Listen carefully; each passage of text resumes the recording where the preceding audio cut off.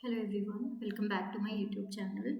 आज हम लोग बात करने वाले हैं कुछ यूजीसी फेलोशिप्स की, जो कि होती है स्पेशली कुछ स्पेशल कैंडिडेट्स के लिए। जैसे कि मैं बहुत सारी सीरीज़ लेकर आ रही हूँ, बहुत सारी फेलोशिप के बारे में आपको बताऊँगी इस पूरी सीरीज़ में, जिसमें आ रही है आपकी एससी एसटी कैंडिडेट्स के लिए, पीडब्ल्यूडी यानी कि फिजिकली वीक सेक्शंस के लिए, एंड ओबीसी के लिए, और आती है आपकी माइनॉरिटी के लिए। चार फेलोशिप्स हैं जो कि आप सिर्फ सीएसआईआर एग्ज़ाम का एलएस क्वालिफाई करके गेट कर सकते हैं। आज की जो टॉपिक है ये है हमारा एनएफएससी for LS qualified candidates.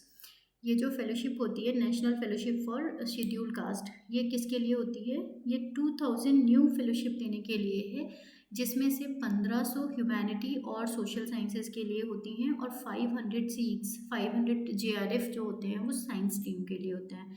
Science stream का मतलब यहाँ पर life science, physical science, mathematical science, earth science और लाइफ साइंसेस सारे ही आते हैं, ठीक है। जिसमें भी आपका जो सीएसआईआर एग्ज़ाम है या यूजीसी एग्ज़ाम है, आपका एलएस अगर क्वालिफाई हो गया है तो आप इसमें एमफिल या पीएचडी के लिए जेआरएफ ले सकते हैं। तो यूजीसी इसकी नोडल एजेंसी है, यानी कि यूजीसी ही सारी चीज़ें देखती है। एलिजिबिलिटी की बात करें तो जो भी कैंडिडेट्स होते हैं, जो भी कैंडिडेट्स हैं जो कि रेगुलर और फुल टाइम एमफिल और पीएचडी कोर्सेज करते हैं किसी भी यूनिवर्सिटी रिसर्च इंस्टीट्यूट से, उसको ये फेलोशिप मिलती है।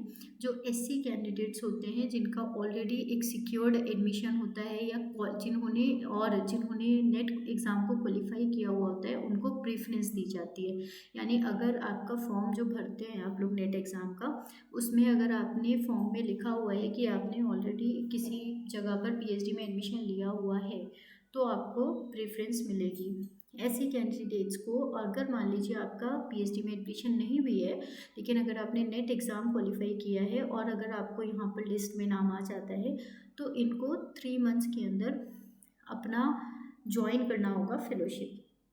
अगर आपके सफिशिएंट कैंडिडेट्स होते हैं, बहुत मतलब अच्छे नंबर में कैंडिडेट्स होते हैं जिनका ऑलरेडी सिक्योर्ड एडमिशन होता है, या वो सिक्योर्ड एडमिशन एक्चुअली अवेलेबल नहीं होता, तब उन कैंडिडेट्स को लिया जाता है जिन कैंडिडेट्स का सिक्योर्ड एडमिशन नहीं होता है, या जो कि मेरिट में आ रहे हैं इन द नेट एग्ज़ाम, ठीक है।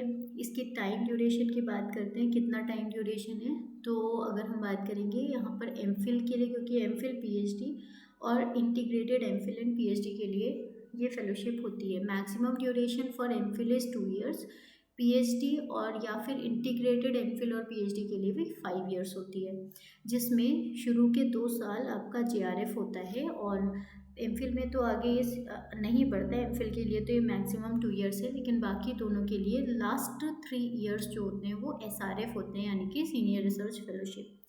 अगर हम इनकी फेलोशिप देखें कितनी है, तो सभी स्ट्रीम के लिए इसमें फेलोशिप मिलती है 31,000 per month for 2 years JRF के लिए, और पीएचडी अगर आप करते हैं, एसआरएफ होते हैं, तो 35,000 per month for remaining tenure.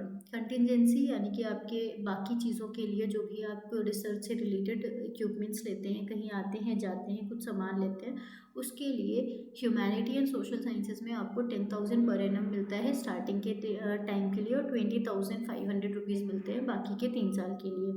Science वालों के लिए यहाँ पर 12,000 rupees per annum initial 2 years के लिए, 25,000 फॉर द रिमेनिंग टेन्योर होता है।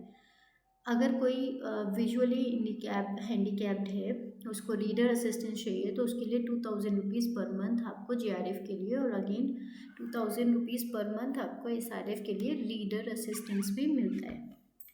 हाउस रेंट अलाउंस की बात करें, यानी कि एचआरए की बात करेंगे, तो 8%, 16% एंड 24% मिलता है उन बच्चों को जो कि हॉस्टल एकोमोडेशन में नहीं रहते, कहीं बाहर रहते हैं और अपना खुद का पैसा खर्च करते हैं। सो उसकी कुछ टर्म्स एंड कंडीशंस हैं, उनको चेक करके मिल जाता है। किस तरीके से इसका सिलेक्शन होता है, बहुत सिंपल सी बात है। आपका सीएसआईआर यूजीसी नेट एग्ज़ाम हुआ होगा या यूजीसी नेट एग्ज़ाम हुआ होगा, उसमें अगर आपने एलएस क्वालिफाई किया हुआ है, तो आपकी मेरिट में अगर आपका आ रहा है तो उसके बेसिस पर आपका सिलेक्शन हो जाएगा। अगर आप इसकी मेरिट में आते हैं तो आपको जेआरएफ मिल जाएगा। इसकी एक लिस्ट जारी होती है, उसमें लगभग 2 मंथ्स का टाइम लगता है। तो 2 मंथ बाद, यानी कि अगर अभी हमारा रिज़ल्ट निकला है तो उसमें जनवरी तक आपको रिज़ल्ट मिल जाएगा, जिसमें पूरी लिस्ट होगी, यूजीसी की वेबसाइट पर आपको मिल जाएगी। ठीक है, ये आप चेक कर सकते हैं।